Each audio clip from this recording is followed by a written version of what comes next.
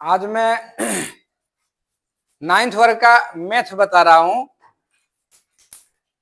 जिसका पहला चैप्टर है प्रश्नावली 1.1। उसमें से पहला इंपॉर्टेंट चीज है संख्या पद्धति। अगर हम संख्या पद्धति बढ़िया से जान समझ जाते हैं तो प्रश्नावली 1.1 का जितने भी हिसाब है सब बढ़िया ढंग से समझ जाएंगे और सीख जाएंगे। इसलिए हमको सबसे पहले संख्या पद्धति बताना है और आप सभी विद्यार्थी संख्या पद्धति को समझने का प्रयास करेंगे। इसमें संख्या का अर्थ होता है नंबर। नंबर संख्याएं, नंबर्स 0, 1, 2, 3, 4, 5, 6, 7, 8 और 9 अंकों के संयोग से संख्याएं बनती है। जैसे हम एक संख्या 10 बनाएंगे, उसमें 1 और 0 दोनों के मिलने से बनता है। अगर हम 45 लिखते हैं, उसमें 4 और 5 दो संख्याओं के मिलने से बनते हैं 45। अगर हम 345 लिखते हैं तो उसमें 3 अंक 3, 4 और 5 3 अंकों के मिलने से संख्या बनती है। इसलिए हमें पहले अंक और संख्या को जानना जरूरी है। इसके बाद अब हम संख्या के प्रकार को बताएंगे कि संख्या कितने प्रकार के होते हैं। बच्चे, आप सभी देख रहे हैं कि संख्याओं के प्रकार काइंड्स ऑफ नंबर्स। संख्याएं निम्नलिखित प्रकार के होते हैं।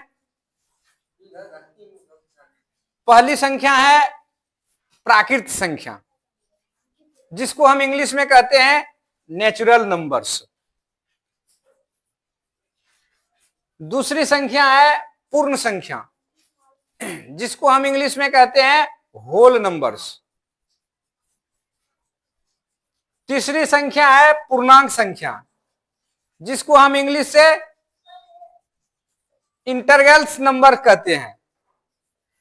चौथी संख्या है परिमेय संख्या, जिसको हम इंग्लिश में रेशनल नंबर्स कहते हैं।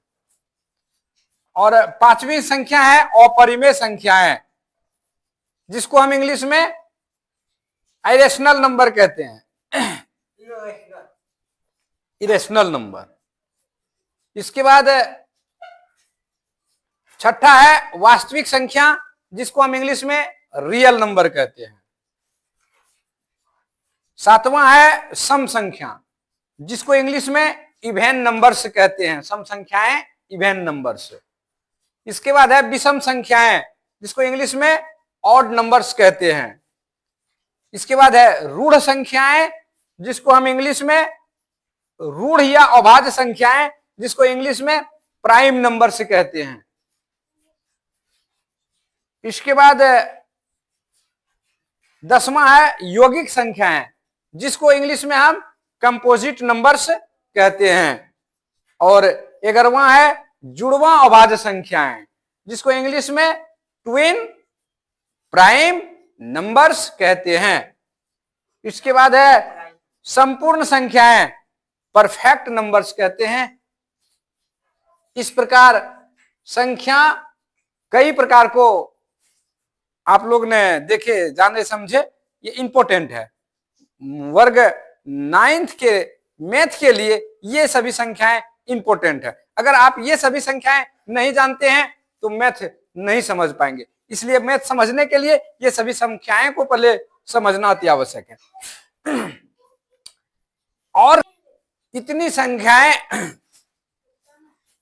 जानने के बाद अगर हम 9th का मैथ बनाते हैं, आप लोग मैथ बनाएंगे तो पूरी तरह से समझ में आएगी।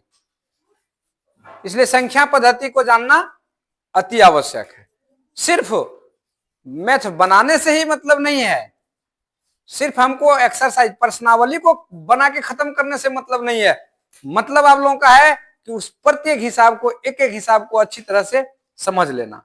सिर्फ नम्मा में पढ़ने का मतलब ये नहीं होता है कि हम मैथ बना रहे हैं और समझ नहीं रहे हैं। नवमा में पढ़ने का मतलब, 9th में पढ़ने का मतलब ये होता है कि 9th मेरा बेसिक मैथ ठीक रहेगा तो 10th में अवश्य अच्छे अंकों में मैट्रिक परीक्षा पास करेंगे। आप सभी इस बात को ध्यान में रखते हुए ये सभी संख्याओं को भली भांति जानना और समझना है।